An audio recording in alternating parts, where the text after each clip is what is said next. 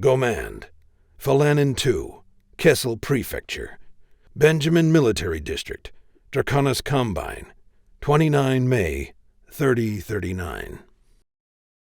As the Cyclops' Zeus 36 Mark III autocannon savaged the battle mech, the 20-ton Wasp in 4th Proserpina Hussars colors separated in two along its waist, with a flash of concealed secondary explosions and a puff of shattered internal structure.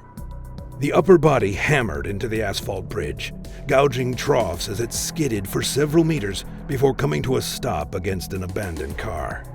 Meanwhile, the legs clipped one of the 5-centimeter steel suspender cables of the magnificent Trandum Bridge, which stretched northeast across the Alba River and into the city of Gomand. The cable sheared clean through the Wasp's already weakened right leg with almost surgical precision, and the shredded leg parts avalanched down onto the uncaring bridge as well. The enemy mech already forgotten, Major Ariana Winston breathed the acrid stench of her own sweat from long hours in the cockpit and snuck a quick sip of stale, lukewarm water from the straw stuffed under the edge of her tight-fitting neural helmet. Then, with her Cyclops, Sleipnir, she was such a sucker for Norse mythology, planted in the middle of the bridge, as sure as any foundation, she listened to overlapping comm channels and watched avidly as the skein of red and green arrows moved within the tight confines of Gomand. Fingers played the battle mech's cockpit console as a maestro, drawing out details. Others often scoffed at her ride, underarmed and underarmored compared to other 90-ton mechs. But her Tacticon B2000 battle computer gave her unparalleled battlefield information. She was a good pilot, no doubt about it, but she was an excellent commander, largely due to maximizing the use of the tools at her disposal. Damn it all! Those Hussars be moving up 3 streets over! Recon lands, shore up that position. You let them snakes outfox you, and I'll personally take stripes out of your backside, boy. Ariana smiled at Captain Delphi Jacobs' tone, as her key frequency for the 71st Light Horse Regiment and Jacobs' company matched up with the moving icons on her battle computer display. You'd think he was a crabby 50-year-old instead of just into his 30s. That's it, Hussars. Come on, take the bait. No infantry hiding down this street. Just a lone mech cut off from her lancemates, waiting for you to show 'em who's boss.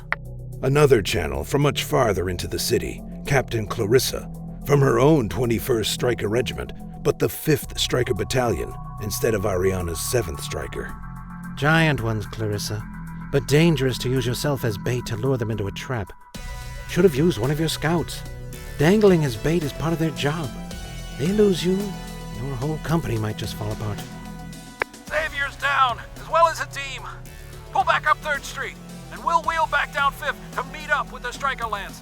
They're starting to push hard. Don't think we can hold it. That would be Xavier's company, also part of the 71st. Ariana grimaced. She had never met the man personally, but he was known throughout the Eridani Light Horse as a good man to have at your back. She pulled up several overlays onto the city, eyes tracking movement as she continued sampling comm channels, her long studies of battles and her innate command ability projecting several potential outcomes. The pattern snapped into place several minutes before it would become apparent to others. These snakes would drag the city down around the Light Horse's ears if they had to, but they had to know they couldn't keep playing cat and mouse. We'll win, they'll lose. So the snakes were going to push out of the city, and they would push right through her.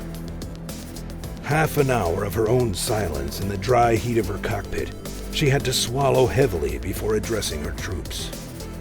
Our R&R is just about up, folks. The 4th Proserpina Hussars have just realized they can't hold the city, and can't damage us enough to make long-term entrenchment worth the pain. They're gonna break out, and they'll be coming right through us.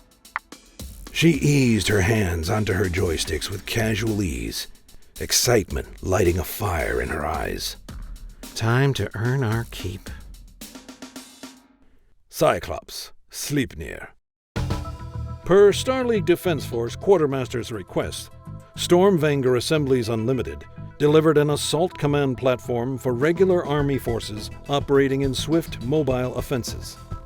Its above-average speed for a 90-ton battle mech, 64 kilometers per hour, superb command capabilities in its Tacticon B2000 battle computer, and Olmsted 8400 communications system covered the requested specifications in spades. Unfortunately, many SLDF commanders often tried to use the Cyclops as an assault battle mech along the lines of more heavily armored Awesomes or Stalkers, only to find themselves outgunned with below-average armor.